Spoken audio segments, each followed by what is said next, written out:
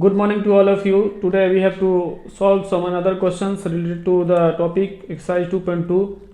पिछले क्लास में हम लोगों ने बात किया था, क्वेश्चन नंबर 8 तक सॉल्व किया था क्वेश्चन एक्सरसाइज 2.2 का। अब उसके आगे जो है हम लोग सॉल्व करते हैं क्वेश्चन नंबर 9 को, थोड़ा देखते हैं क्या कह रहा है।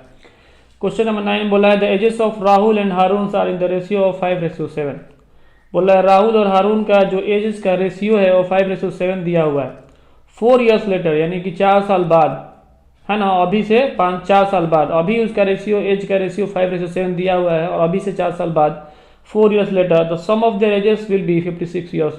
4 साल बाद उन दोनों का एजेस का सम जो हो जाएगा 56 years हो जाएगा। What are their present age, तो प्रेजेंट एज क्या है, तो क्या करेंगे सॉल्व करने के लिए हम सबसे पहले क्या करेंगे, जो प्रेजेंट एज है उसको ही हम क्या करेंगे मान लेंगे लेट एक्स, है ना, या फिर हम ऐसे कहेंगे अभी जो प्रेजेंट एज का जो रेशियो दिया हुआ है वो दिया हुआ है 5:7। ठीक है, तो इसमें सबसे पहले वर्ड जो इस्तेमाल किया राहुल दिया है और बाद में हारून दिया है, तो राहुल का एज कितना हो जाएगा, चूंकि 5:7 दिया हुआ है यानी कि 5/7, तो पहले वाला जो है वो राहुल है। इसमें वर्ड जो इस्तेमाल किया है the ages of Rahul and Haroon, है ना, तो राहुल पहले है इसलिए राहुल के ऊपर लिख देंगे और हारून नीचे लिख देंगे। ठीक है, इस तरह से, तो राहुल अपन हारून इक्वल टू 5:7 ये हो जाएगा। अब इसमें क्या करेंगे, x से मल्टीप्लाई कर देंगे तो ये प्रेजेंट एज हो जाएगा। प्रेजेंट एज, है ना, प्रेजेंट एज अगर हम पूछे किसका, राहुल का, तो राहुल का प्रेजेंट एज इक्वल टू कितना हो जाएगा जी, 5x हो जाएगा। और प्रेजेंट एज अगर पूछे हम किसका, हारून का, तो हारून का प्रेजेंट एज हो जाएगा आपको कितना, 7x हो जाएगा। तो प्रेजेंट एज तो हमको पता लग गया।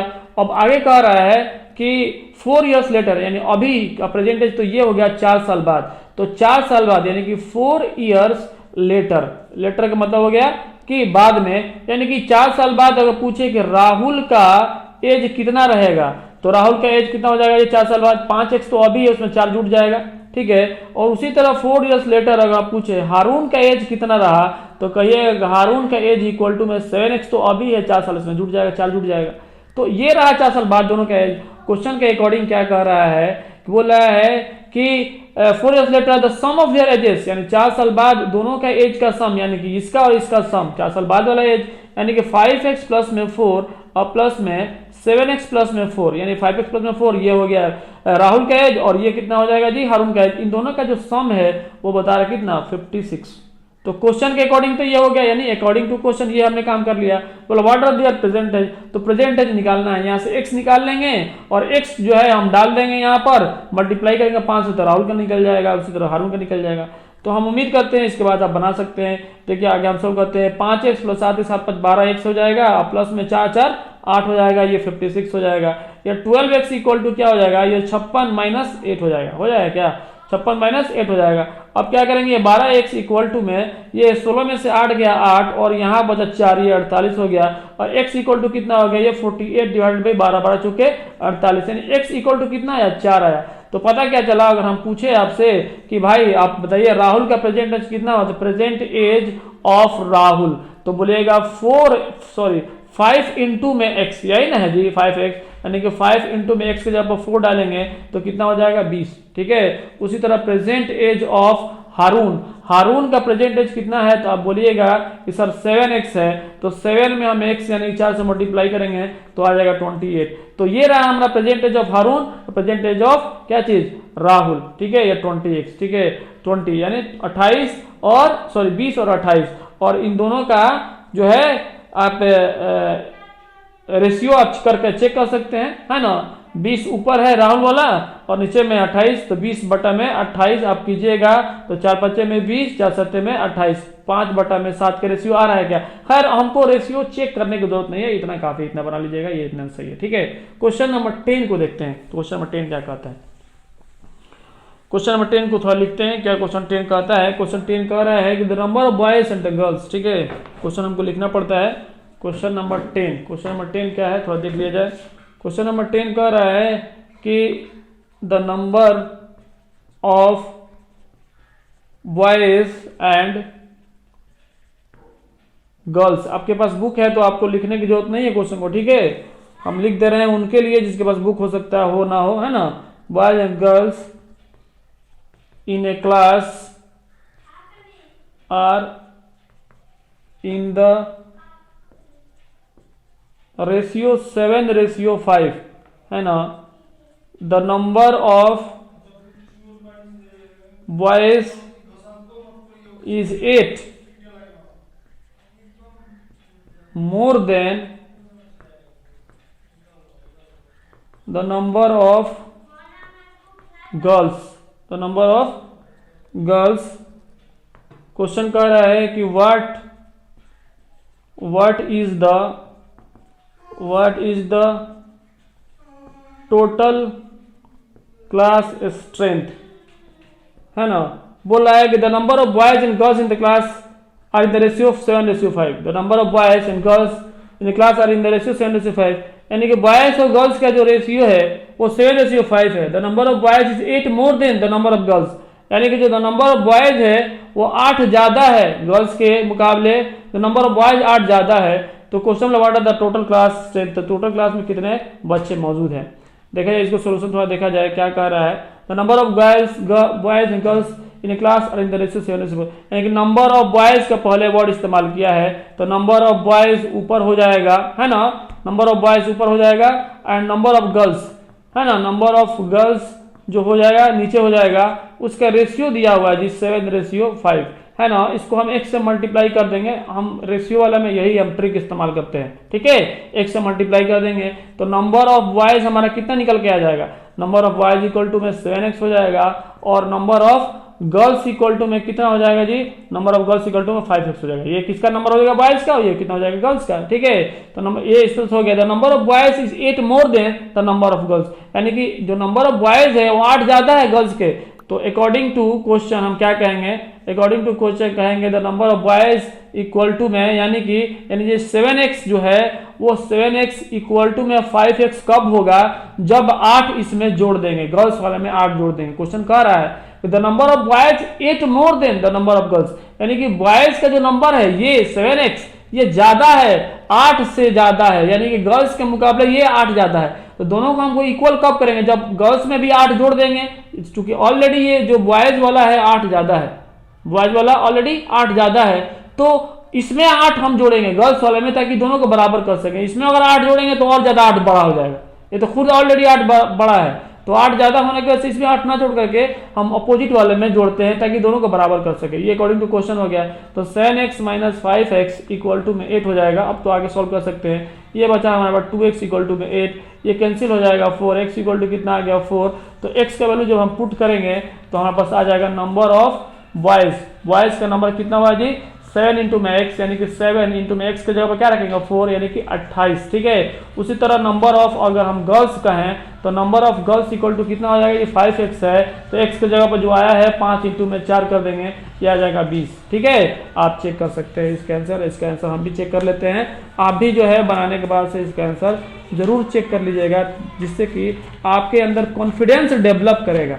अगर आपका आंसर सही आता है तो कहिएगा हाँ मेरा आंसर सही है, और आपके अंदर कॉन्फिडेंस डेवलप करेगा। ये क्वेश्चन नंबर कितना 10 था, ठीक है। क्वेश्चन नंबर 10 में 48 स्टूडेंट के बारे में बोल रहा है, और क्वेश्चन मांग भी रहा था क्या चीज, टोटल स्ट्रेंथ, बोला ना what is the total class strength. तो क्लास का टोटल स्ट्रेंथ कितना हो जाएगा, टोटल यानी गर्ल्स और बॉयज दोनों को जोड़ना पड़ेगा ना जी। तो 28 प्लस में 20 यानी कि 48, ठीक है। इस तरह से है ना, इस तरह से सॉल्व करते हैं। चलिए क्वेश्चन नंबर 11 को देखते हैं।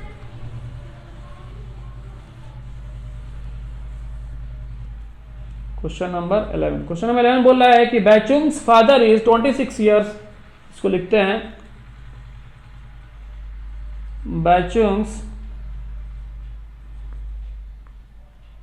Bhaichung's father is 26 years younger than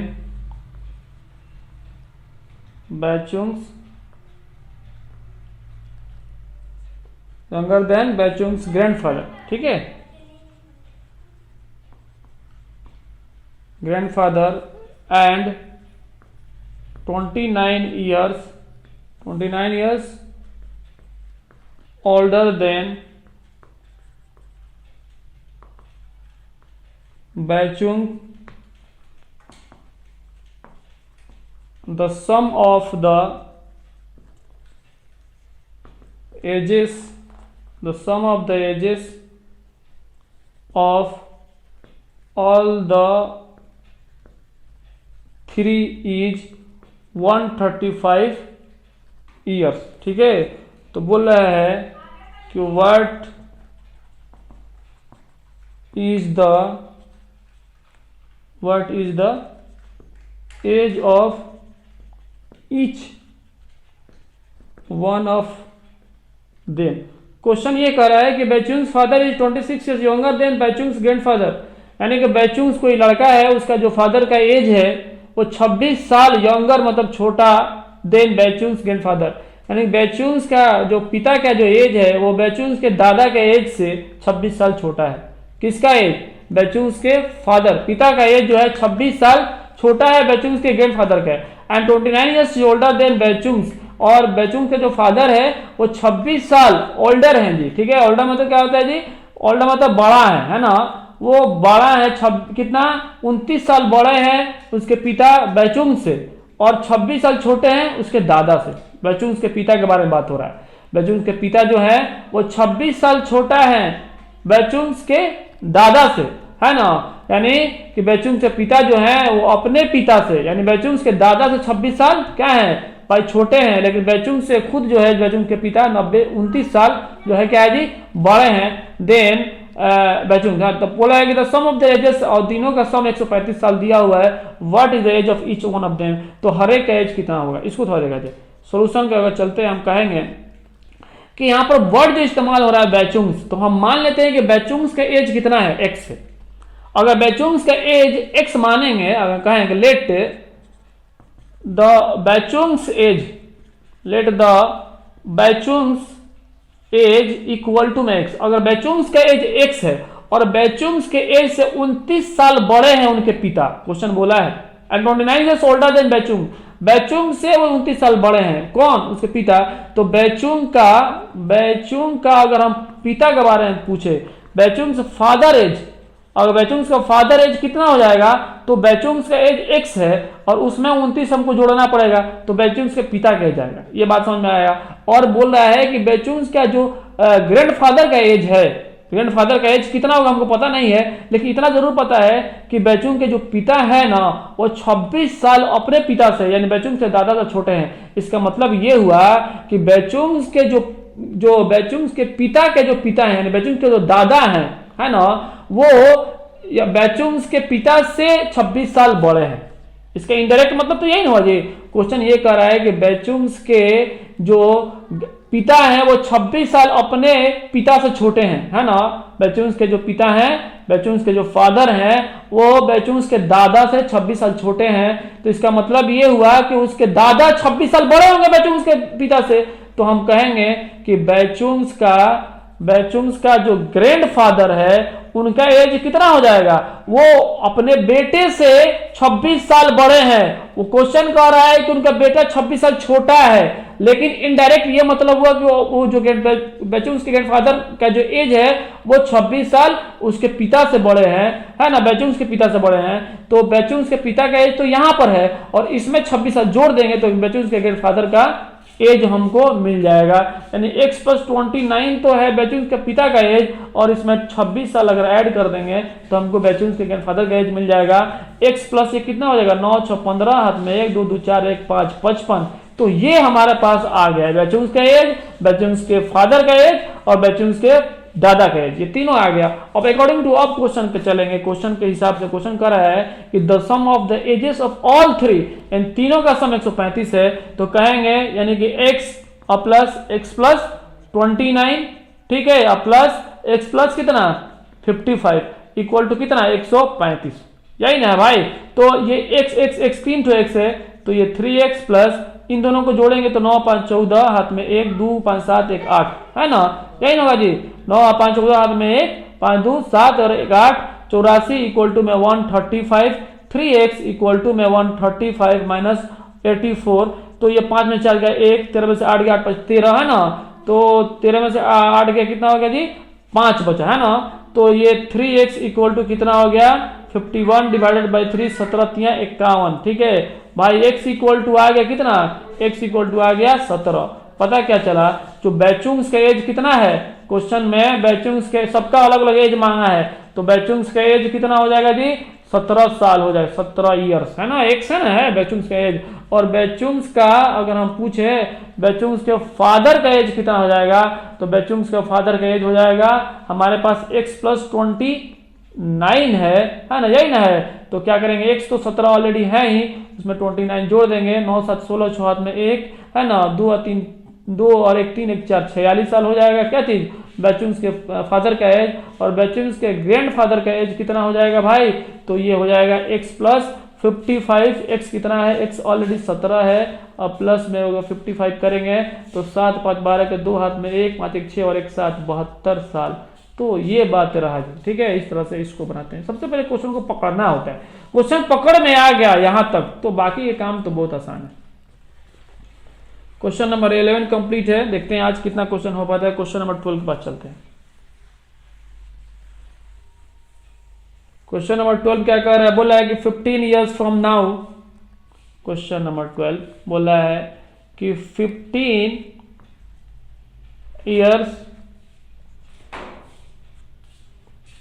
from now Ravi's as, ठीक है, रवि का एज, ठीक है, अभी से 15 साल पहले, from now Ravi's age will be 4 times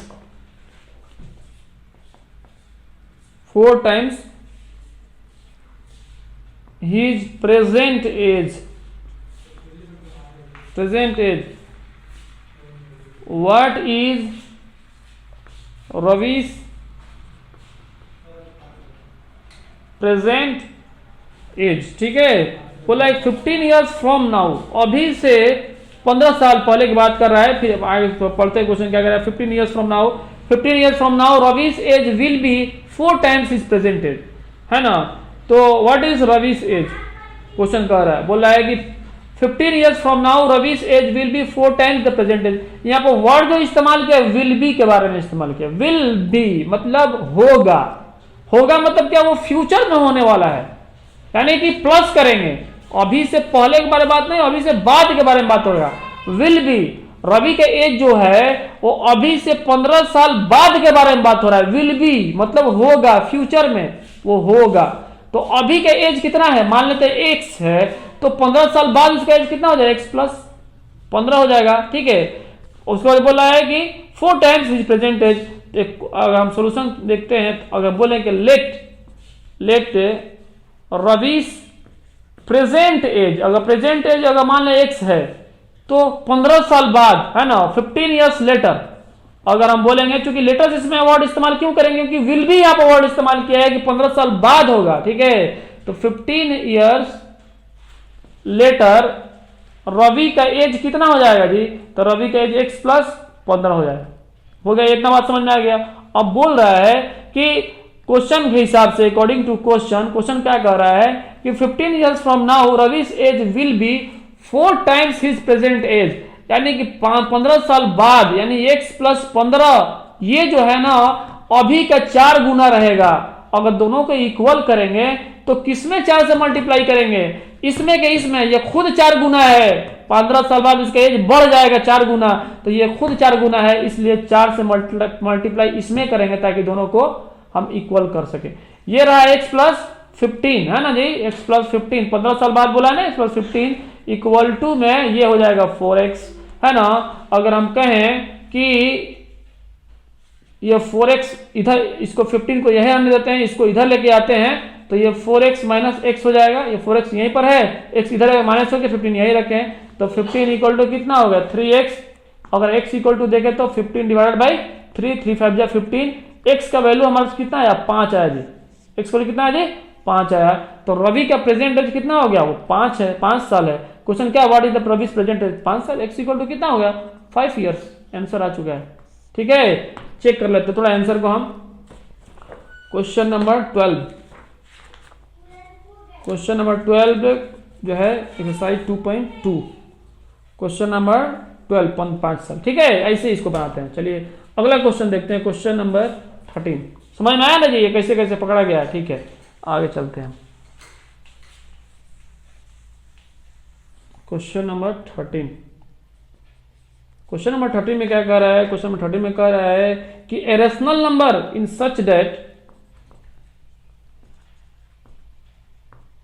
a rational numbers is such that when you multiply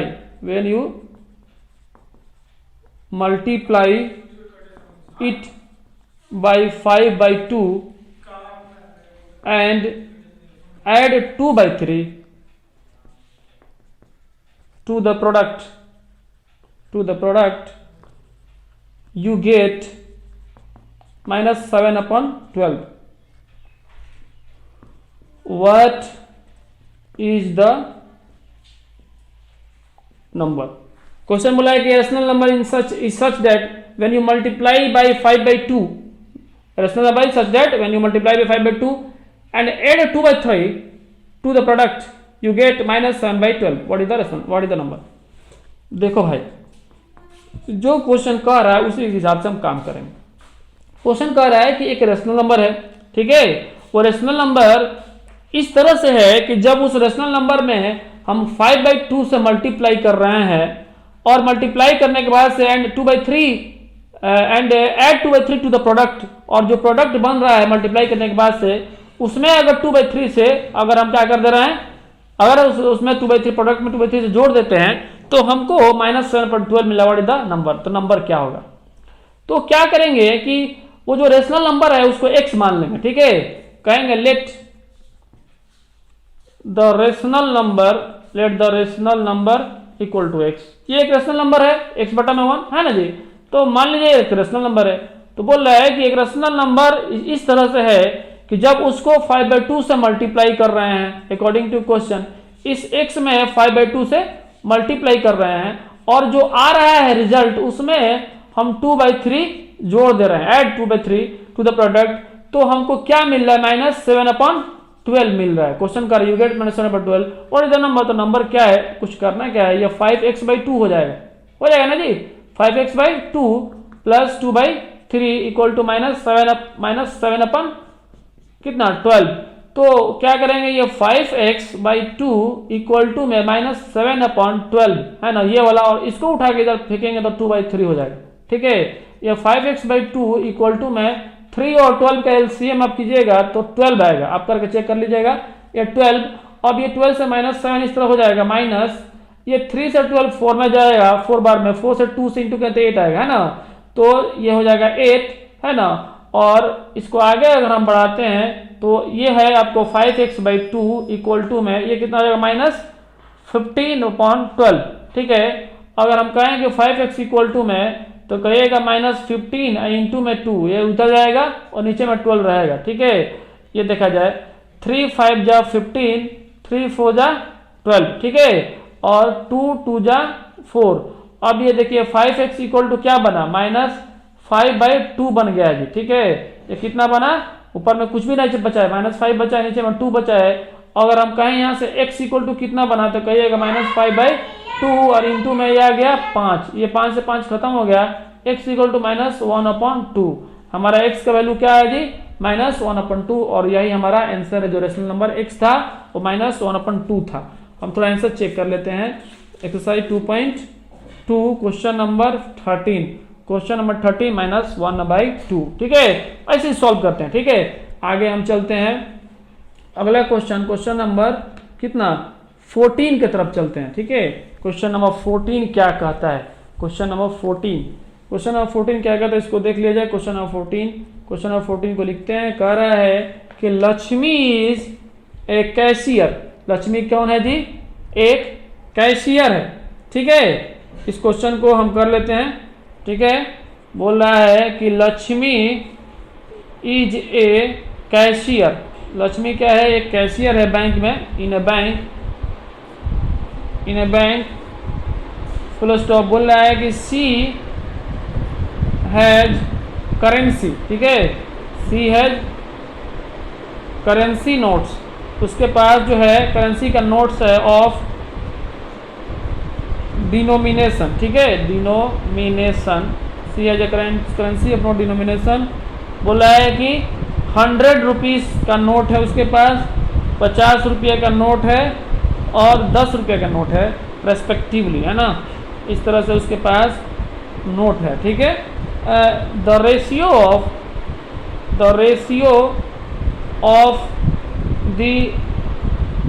number of these notes is 2:3:5. The total cash with Lakshmi is कितना 4 लाख रुपीस, है ना। 4 पे 5 जीरो है ना जी, 4 पे 5 जीरो है, इतना रुपीस है ना, इतना है। 4 पे 5 जीरो है, यानी कि 4 लाख रुपया, ठीक है। उसके बाद बोल रहा है कि how many notes of each denomination, है ना, डॉज सी हैव, ठीक है भाई। क्वेश्चन को समझना होगा। ये बोल रहा है कि Lakshmi is a cashier in a bank. एक बैंक में लक्ष्मी कैशियर है ना, पैसा लेन देन उसी से कैशियर ही करता है बैंक में। सी हैज करेंसी नोट्स, उसके पास करेंसी नोट्स है डिनोमिनेशन देने लेने के लिए। उसके पास करेंसी नोट रखा गया है, कितना 100 रुपया का नोट है, 50 रुपया का नोट है, 10 रुपया का नोट है, ठीक है। उसके पास इस तरह से नोट रेस्पेक्टिवली।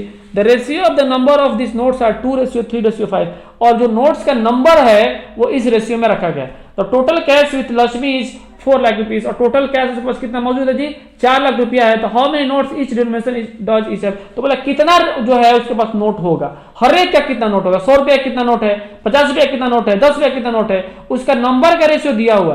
तो हम कहते हैं यहां पर देखो भाई, हम पहले ही बात बोले हैं कि जब भी रेशियो वाला बात आए तो हम इसमें x से मल्टीप्लाई कर लेंगे, अपना काम कर लेंगे, ठीक है। इसमें रेस्पेक्टिवली वर्ड इस्तेमाल किया है। इसका मतलब ये होता है कि 100 रुपया वाला 2 है और 50 रुपया वाला 3 है और 10 रुपया वाला 5 है, यानी कि जो पहले आया वो पहले का, बीच वाला बीच का, लास्ट वाला लास्ट का, ठीक है।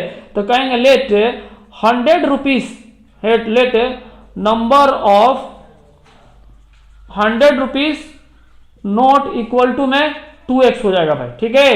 यानी 2x हो जाएगा, x से मल्टीप्लाई कर दिए, इसमें x से मल्टीप्लाई करेंगे, इसमें x से मल्टीप्लाई करेंगे। तो 100 रुपीस का नोट कितना है, वो 2x है, ठीक है। तो अगर हम आपसे पूछते हैं कि 100 रुपया का नोट 2x है तो कितना रुपया बना होगा, तो मनी कितना बना होगा, तो कहेंगे मनी, यानी कि जो मनी है वो कितना बना होगा। अगर आपसे बोलेंगे 100 रुपया का 5 नोट है तो कितना पैसा बनेगा भाई, तो 500 बनेगा। जो 500 नोट है तो 100 में 5 से इंटू करेंगे तो 5 बनेगा। बोलेगे 100 रुपया का 10 नोट है तो 10 में 100 से इंटू करेंगे तो 10 इंटू में 100 यानी कि 1000 यानी कि 1000 बनेगा। उसी तरह नंबर ऑफ नोट 100 रुपया कितना है 2x है, तो मनी कितना बनेगा, 2x में 100 से मल्टीप्लाई कर देंगे जी, ठीक है। 2x में क्या करेंगे, ये जो 2x है ना उसमें हम किससे मल्टीप्लाई करेंगे, 100 से मल्टीप्लाई करेंगे, तो इतना रुपया बन जाएगा। ये बात समझ लीजिए, ये अभी काम करते जा रहे हैं। फिर बोले कि नंबर ऑफ, अगर हम बोले कि 50 रुपीज का नोट कितना बनेगा, 50 रुपीज का नोट कितना है, तो बोलिएगा 3x है, क्योंकि x से मल्टीप्लाई कर दिए, तो इसका मनी कितना बनेगा, तो आप कहिएगा सर जो है ये 50 रुपया है ना जी। एक नोट जो है, नोट जो है 50 रुपया का है और कितना है 3x है, तो 3x से 50 में मल्टीप्लाई कर देंगे, 3x से 50 में जब मल्टीप्लाई करेंगे तो हमारे पास इतना रुपया बन जाएगा, 3x इंटू में 50 रुपया, क्योंकि रुपीज में तो रुपीज में बन रहा है, ठीक है। उसी तरह अगर बोलेंगे कि नंबर ऑफ कितना है जी, बचा 10 रुपया, तो 10 रुपया का नोट जो है वो कितना है, तो बोलिएगा 5x है ना। x से मल्टीप्लाई कर दिए, इसमें सब में हम x से मल्टीप्लाई कर रहे हैं, तो इसका मानी कितना बनेगा, किसका, ये 10 रुपया वाला कितना पैसा मौजूद होगा, तो 10 ये 5x ऑलरेडी इसके पास नंबर ऑफ 10 रुपया का नोट 5x है और कितना रुपया है, एक में 10 है, यानी कि 10 रुपया का नोट 5x है। 10 रुपया का अगर 10 नोट होता तो 10 में 10 से मल्टीप्लाई करते तो 100 रुपया बनता। उसी तरह 5x नंबर ऑफ नोट है 10 रुपया का, तो 5x में 10 से मल्टीप्लाई करेंगे तो ये हमारा ये नोट बन गया। समझ में आता है क्या, इस तरह से इतना रुपया बना है। क्वेश्चन के हिसाब से क्वेश्चन कह रहा है कि the total cash with Lakshmi, यानी जो टोटल कैश मौजूद है लक्ष्मी के पास वो खुद 4 लाख में है, यानी इतना रुपया 100 रुपया का है नोट का इतना रुपया है, 50 रुपया का नोट का इतना रुपया है और 10 रुपया का नोट का इतना रुपया है। तो यही ना सब रुपीस जो बना है अमाउंट, इसको जोड़ने के बाद 4 लाख बना होगा।